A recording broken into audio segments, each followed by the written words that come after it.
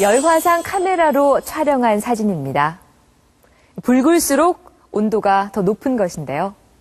똑같은 조건에서 측정했을 경우 세라믹을 든 손이 그렇지 않은 손보다 더 온도가 높은 것으로 나타났습니다.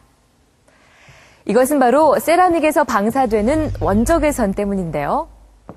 원적외선이란 적외선 중에서도 가장 파장이 긴 전자파로 돌이나 세라믹 같은 무기질에서 방사됩니다.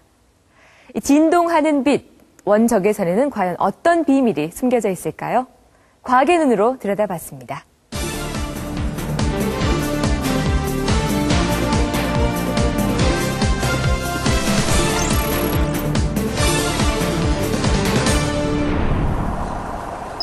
경상남도 하동군의 딸기 농장. 이곳에서는 최근 새로운 장목 기술을 도입해 생산성 향상에 성공했다.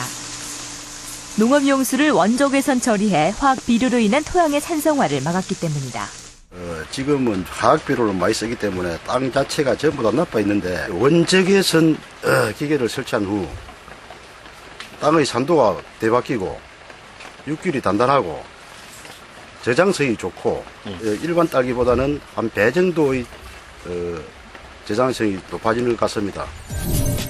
빛은 파장에 의해 적외선, 가시광선, 자외선 등으로 나뉘는데 적외선 중에서도 파장이 가장 긴 빛이 원적외선이다. 모든 물질은 자신만이 가지고 있는 고유 진동수를 가지고 있습니다. 이러한 고유 진동수는 자기에게 맞는 파장이 들어왔을 때 그 진동을 해서 열적 반응을 일으키게 되는 거거든요.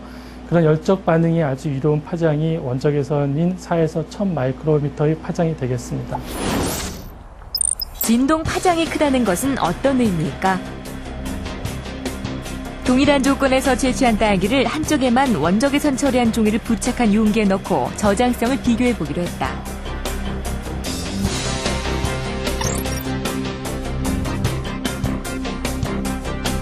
실험 결과 원적외선 처리된 용기의 딸기는 16일이 지나도 발효된 일반 딸기와 비슷한 굵기를 보였고 숙성 진행 속도도 현저하게 차이가 나는 것을 알 수 있었다.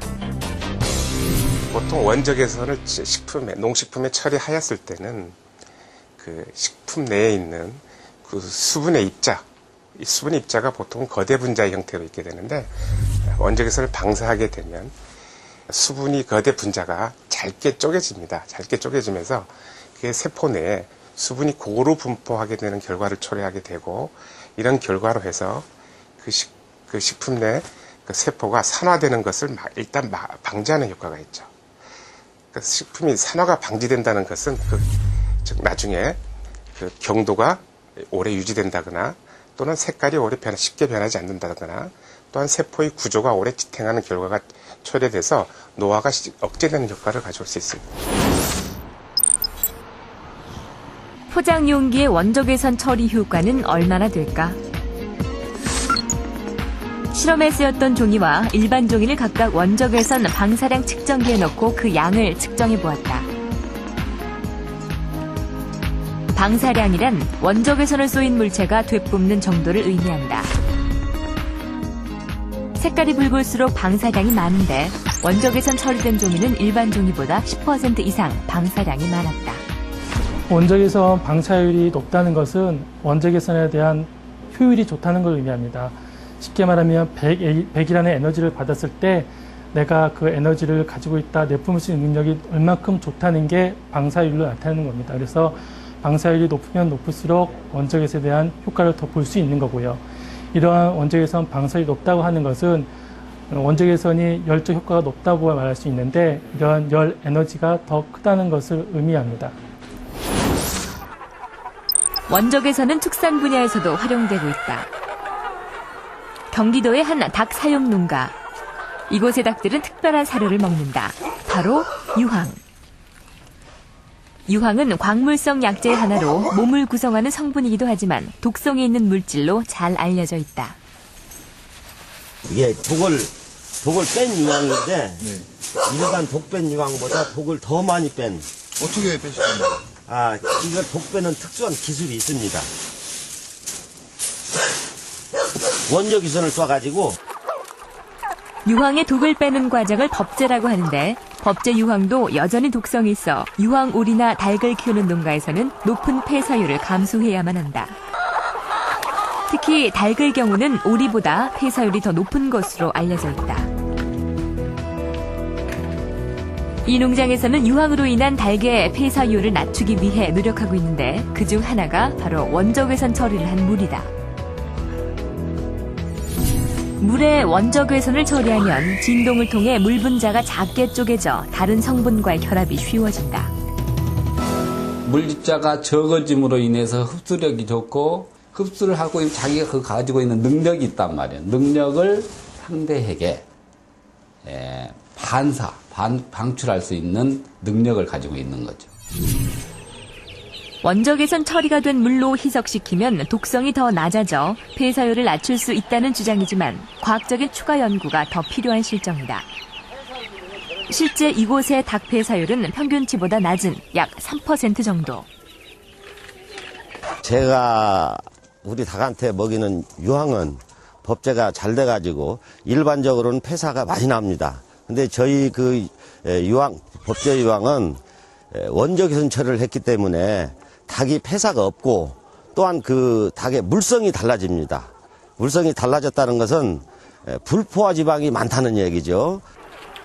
성분 검사 결과 이곳 유황닭의 불포화 지방산 함유량은 67%로 일반 닭보다 높은 편이다.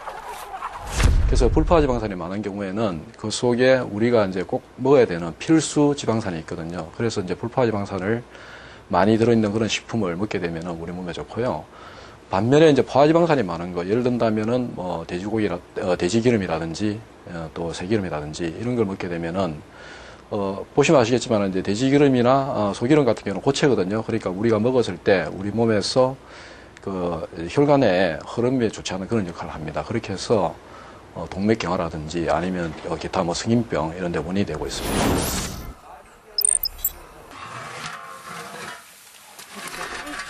한때 당뇨로 고생하던 75살의 백승각 씨는 불포화 지방산이 많은 이 닭을 즐겨 먹는다. 치안가 펴셔?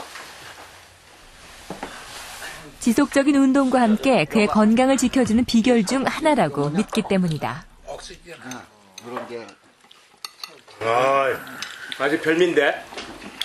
나는 의사가 아니니까 모르는데 본인도 아니고 근데 요즘 아직 우리가 보기에 저 형님이 저 건강이 많이 좋아지신 건 틀림없어요. 근데 원인은 몰랐는데 아주 산도 잘 타셔요. 산도 잘 타시고 일도 잘하시고 건강 완전히 회복하셨어요. 아주.